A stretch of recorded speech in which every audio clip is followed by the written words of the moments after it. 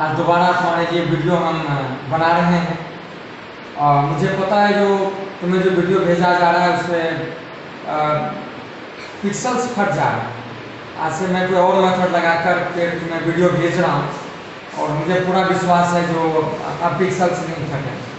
लेकिन इस चीज़ को जब तक हमारा क्लास नहीं खुलता तब तक तुम लोगों से रिक्वेस्ट इन चीज़ों को पढ़ना है। लेकिन जैसे ही हम क्लास अपना लेना स्टार्ट कर देंगे मैं दोबारा एक्स्ट्रा टाइम देकर इन सब चीज़ों को दोबारा पढ़ाऊँगा और डिटेल में पढ़ाऊँगा, क्योंकि मेरा इस बार सोच है जो +2 पास होने के साथ साथ आप कहीं न कहीं किसी न किसी जगह कंप्लीट करें। ये मेरा लालसा है, ये मेरा उम्मीद है, मैं विश्वास भी है आप हमारे साथ ज़बरदस्त मेहनत करेंगे और कहीं न कहीं आप कंप्लीट करेंगे।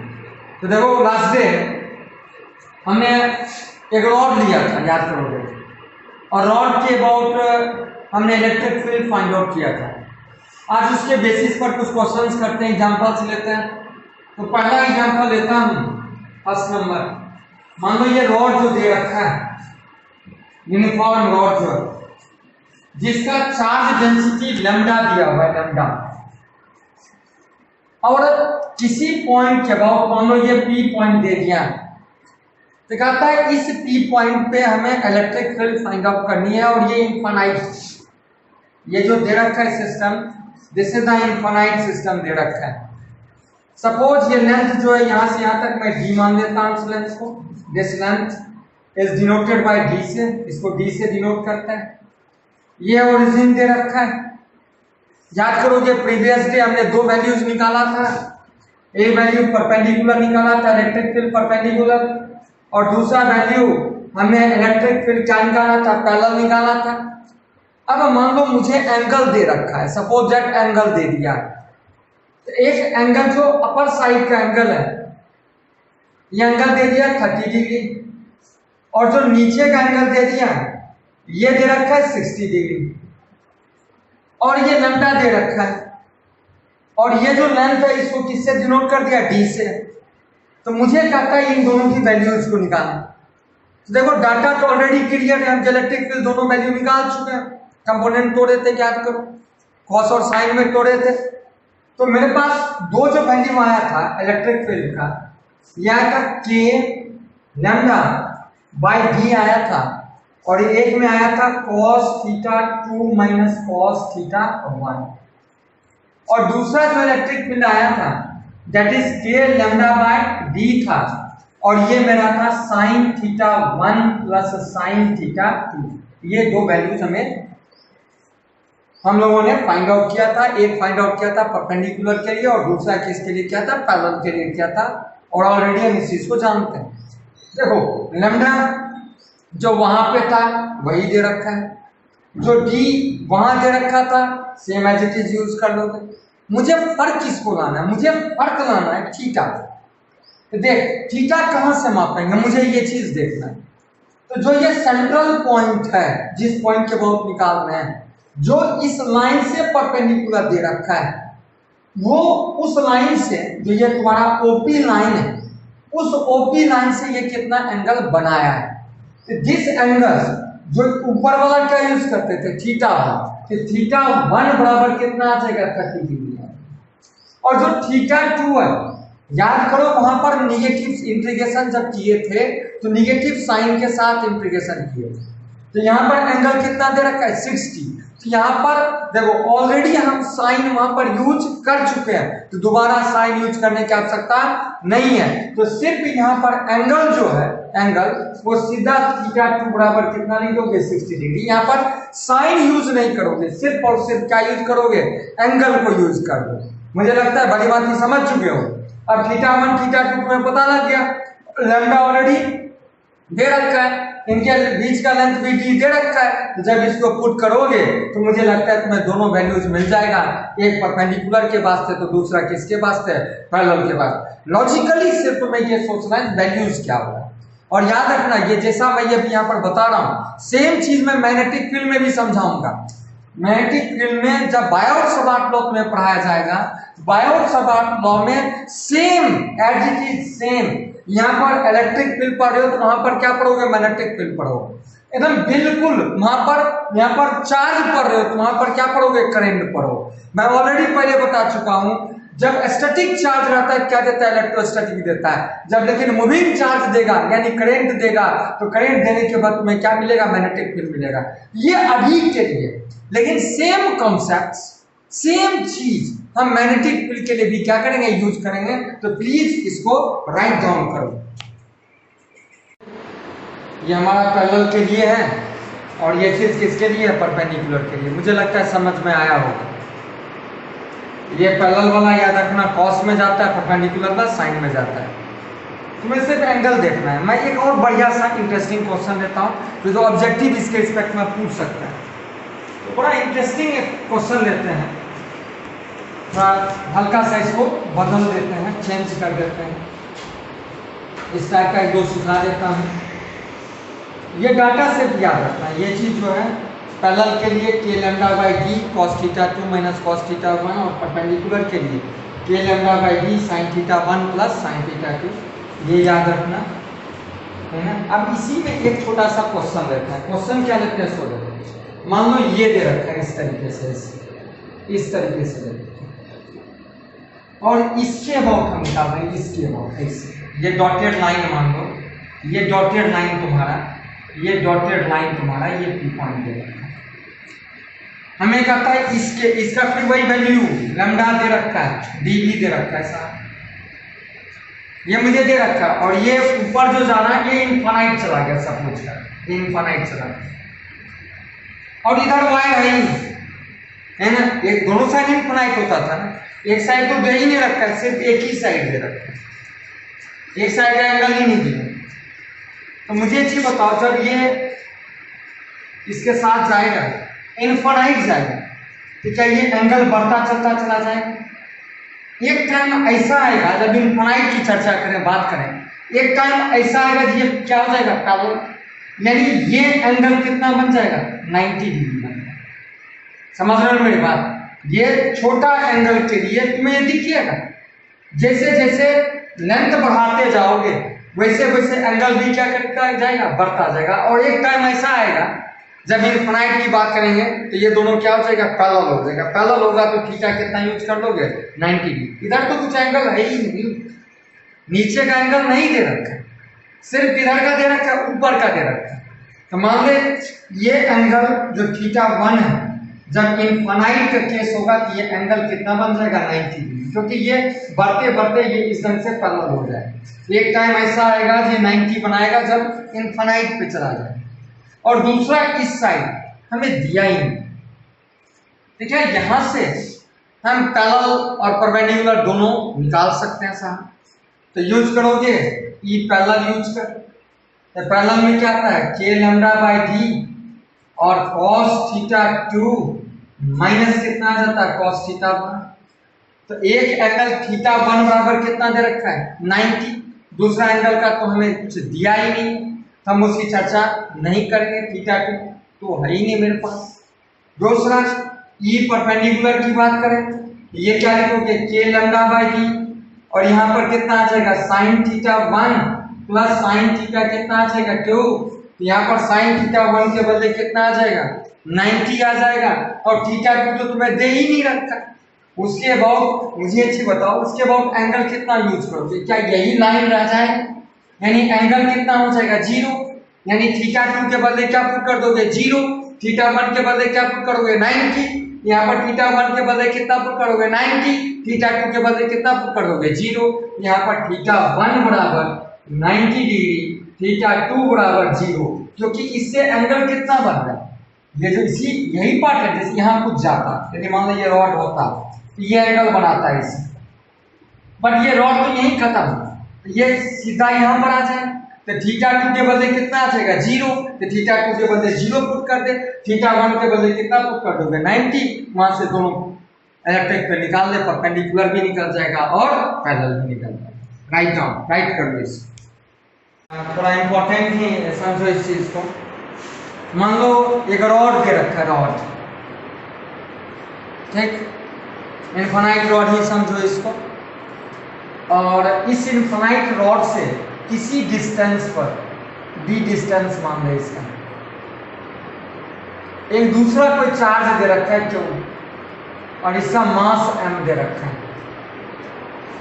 और इसका लैम्डा दे रखा है, और ये अभी किसमें है, ये अभी इक्विलिब्रियम में। कहता है इस चार्ज को स्लाइटली डिस्प्लेस कर दें, स्लाइटली थोड़ा सा, और देन छोड़ दें, तो ये SHM करना स्टार्ट कर देगा। कहता है जब SHM करेगा तो इसका टाइम पीरियड को निकालना। यानी क्वेश्चन लिख सकते हो, लिख लो, मैं लिखवा रहा हूं, देखना, if the charge QH, if the charge QH slightly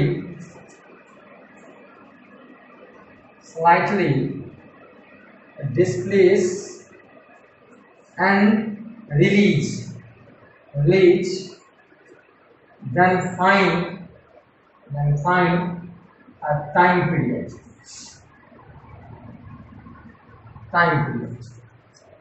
इसको स्लाइटली ऊपर ले जाएंगे और रिलीज कर देंगे। कहता है टाइम पीरियड कितना होगा निकालने के लिए। साधारण सा क्वेश्चन। मुझे अच्छी बताओ, अभी जो ये सिस्टम है पॉजिटिव चार्ज है इस पे, और इस पे भी कौन सा चार्ज है, पॉजिटिव चार्ज है सपोज। अभी तो ये इक्विलिब्रियम कंडीशन मेंटेन कर रखा है। तो मुझे अच्छी बताओ, जब ये चार्ज यहाँ पर है बैलेंस पे, तो कोई ना कोई इसको रोक रखा होगा। क्यों? क्योंकि इधर तो mg लगा होगा, नीचे क्या लग जाएगा, mg, तो इसको नीचे आ जाना चाहिए, लेकिन नीचे आ नहीं रहा है, ये यहीं पे रुका हुआ है, तो कोई ना कोई तो रोकेगा इसको। तो कौन रोक रहा है? ये इस पे जो चार्ज है, वो चार्ज इस पे क्या लगा रहा है, फोर्स लगा रहा है। फोर्स किधर लगाएगा, ऊपर की तरफ, और ऊपर की तरफ फोर्स लगाकर ये इसको इक्विलिब्रियम में मेंटेन रखे। यानी ये पॉजिटिव इलेक्ट्रोस्टैटिक फोर्स लगा, फोर्स किधर लग जाएगा, ऊपर, और मास इसके पास कितना है, m, ऐसे जो ग्रेविटेशनल फोर्स लगेगा वो किधर लग जाएगा, नीचे। तो एक फोर्स इलेक्ट्रोस्टैटिक ऊपर और mg नीचे, दोनों एक दूसरे को क्या कर रखा है, बैलेंस कर रखा है। तो मुझे अच्छी बताओ, ये जो रॉड है इस पे जो लैम्डा दे रखा है, इसके कारण मैं यहां पर इलेक्ट्रिक फील्ड निकाल सकता हूं। मुझे देखो दो इलेक्ट्रिक फील्ड मिलेगा, एक मिलेगा इसके पैरेलल और दूसरा परपेंडिकुलर, ऐसे परपेंडिकुलर। तो मुझे पैरेलल से कोई लेना देना नहीं है, लेना देना किससे है, परपेंडिकुलर से। परपेंडिकुलर इलेक्ट्रिक फील्ड और ये जो चार्ज है दोनों मिलके मुझे क्या दे देगा, फोर्स, और फोर्स भटकड़ी क्या दे देगा, अपवार, और mg किधर लग जाएगा, नीचे। तो मैं लिख सकता हूं जो परपेंडिकुलर फोर्स है, जो किसके कारण मिलेगा, चार्ज, और किसके कारण मिलेगा, इलेक्ट्रिक फील्ड। इलेक्ट्रिक फील्ड इस रॉड से दो टाइप का मिलता है, याद रखना, एक पैरेलल और दूसरा परपेंडिकुलर। तो हम अभी चर्चा किसकी कर रहे हैं, परपेंडिकुलर की चर्चा कर रहे हैं। और ये किसके बराबर, देखो ये बैलेंस कर रखा है इसे, जितना फोर्स ऊपर दी उतना ही नीचे। Initially they are in equilibrium, ये दिया रहेगा। तो जब ये इक्विलिब्रियम में दे रखा है तो दिस फोर्स बराबर कितना आ जाएगा, mg, that is the initial case, ये इनिशियल केस। और ये जा कहां रहा है, इनफाइनाइट पे। इधर भी कहां जा रहा है, इनफाइनाइट पे। ये इनफाइनाइट वाला केस यूज करें, इनफाइनाइट वाला केस यूज करोगे तो एंगल दोनों में कितना आ जाएगा, 90, यानी θ1 बराबर θ2 बराबर 90। इसको मैं क्या लिखूंगा Q electric field perpendicular, already अभी पढ़ चुके हो, दोबारा पढ़ाया। तो K लैम्डा लिख दूं, sin θ1 प्लस sin θ2, θ1 बराबर कितना, 90, θ2 बराबर कितना, 90, दोनों 1 कितना दे दिया, 2, क्या यहाँ पर 2 आ जाएगा, अरे बोल दे भाई। और डिवाइडेड बाय इसके बीच का लेंथ, क्या ये लेंथ d के बराबर होगा, and this is equal to कितना, mg, this is the first equation. और ये भी किसमें प्रेजेंट है, इक्विलिब्रियम में प्रेजेंट है। अब सपोज कर, इतना समझने के बाद अब सपोज कर यहां तक d है, अब स्लाइटली इसको ऊपर ले गए। तो मैं सपोज करता हूं, और ये सब मिटाता हूं क्योंकि ये बड़ा तामझाम हो रखा है, तो मैं इसको मिटा रहा हूं। मैं स्लाइटली इसको ऊपर ले गया। पहले कहां तक था, पहले ये d तक था, स्लाइटली ऊपर ले गए, कहाँ थोड़ा ऊपर ले गए, कितना लेंथ, थोड़ा थोड़ा, कितना लेंथ एक्स ले गए। जब स्लाइटली ऊपर ले जाओगे क्या तब भी इसमें फोर्स लगेगा? क्यों? क्योंकि एक इलेक्ट्रिक फील्ड क्या लग रहा है इसमें, परपेंडिकुलर। चार्ज कितना है रे, क्यू। मास कितना है रे, एम। ये जो हम निकाले ये वाला केस, ये तब का था जब ये पोजीशन इनिशियल या नॉर्मल पोजीशन पे था। अब ये नॉर्मल से हट चुका है ऊपर। मैं काम करता हूं, इस पॉइंट को मैं पी मान लेता हूं, पी, ठीक। और जिस पॉइंट पे फर्दर ले गए उसको आर मान लेता हूं। तो पी आर का लेंथ कितना दे रखा है, एक्स दे रखा है। बोल, ये लेंथ कितना दे रखा है, एक्स। मैंने इसको डिस्प्लेस कितना किया, एक्स। इनिशियल कितना था, डी। अब कितना हो गया, डी प्लस एक्स। अब इलेक्ट्रोस्टैटिक फोर्स इसका क्या करेगा, बदल जाएगा। Now electrostatic force F perpendicular dash, charge तो वही रह जाएगा, एंगल वही रह जाएगा, सिर्फ बदलेगा क्या, लेंथ। तो लेंथ कितना आएगा, क्यू, और कितना आएगा 2k, क्यू ऐसे लिख दो इसको, 2k lambda Q upon D plus x. यही परपेंडिकुलर फोर्स लग जाएगा। mg तो नीचे लगता रहेगा, mg पे कोई फर्क नहीं पड़ेगा। तो मैं नेट निकालता हूँ, क्या निकालता हूँ, एफ नेट निकालता हूँ। यहाँ से मैं एफ नेट निकालता हूँ।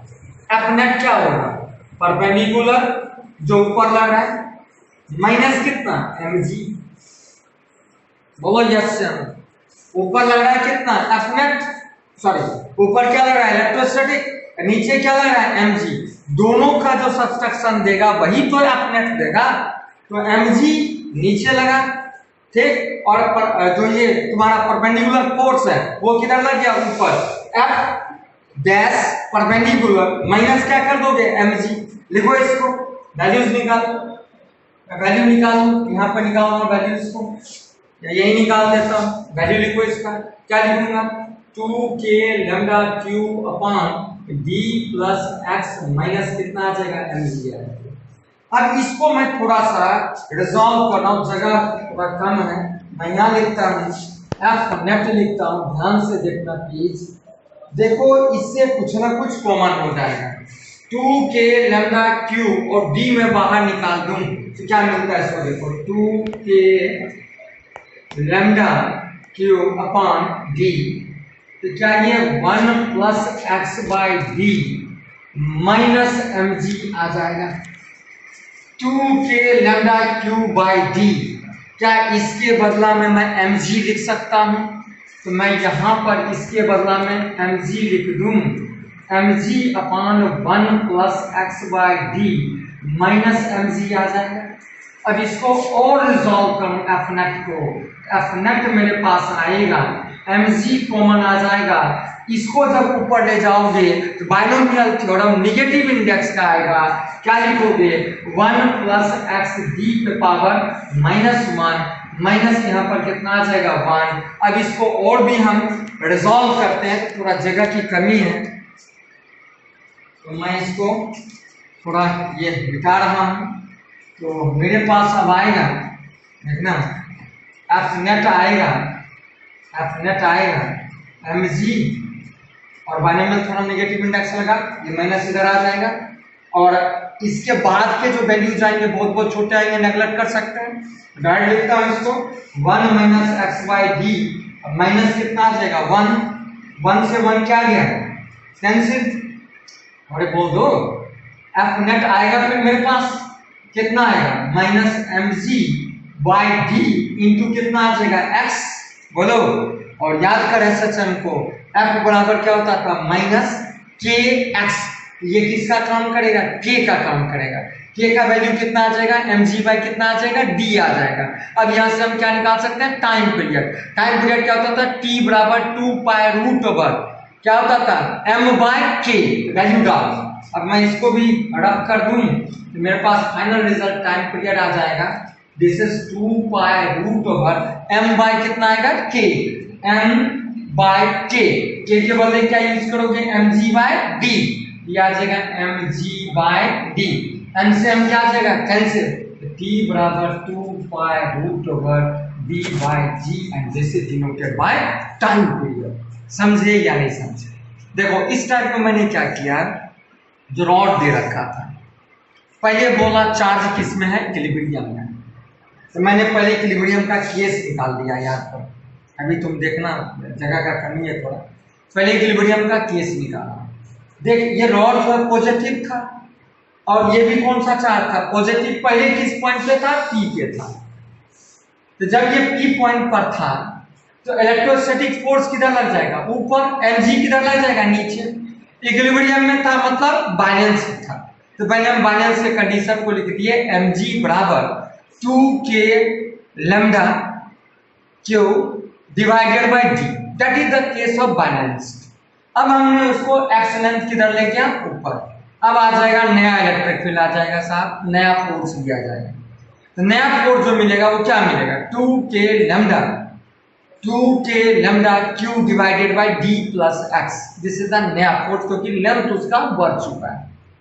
वहां से अपनेट निकालो, इलेक्ट्रोस्टैटिक किधर लग गया, ऊपर, mg किधर लग गया, नीचे, तो अपनेट बराबर क्या आ जाएगा, अब डैश इलेक्ट्रोस्टैटिक फोर्स माइनस कितना आ जाएगा, mg, इलेक्ट्रोस्टैटिक का वैल्यू पुट कर, d को कॉमन निकाल, जब d कॉमन निकालोगे तो जो वैल्यू तुम्हें दिख रहा है वो ऑलरेडी इक्विलिब्रियम का कंडीशन है, वहां से mg को पुट कर दे, mg का वैल्यू डाल उसमें, मैंने देखो डाला है यहाँ पर mg का वैल्यू, mg क्या हो गया कॉमन, ये ऊपर जाके किसमें आ जाएगा, निगेटिव में, या निगेटिव में आया, binomial theorem of negative index लगा, सॉल्व कर इसको, 1 से 1 क्या आ जाएगा कैंसिल, f नेट आ जाएगा, और हमेशा याद रखना f बराबर कितना, -kf, ये वैल्यू किसका देगा, k का वैल्यू पुट करके यहाँ से डायरेक्ट रिजल्ट निकालो, कितना आएगा, t बराबर 2 pi root over d by g, and that is the value of time period.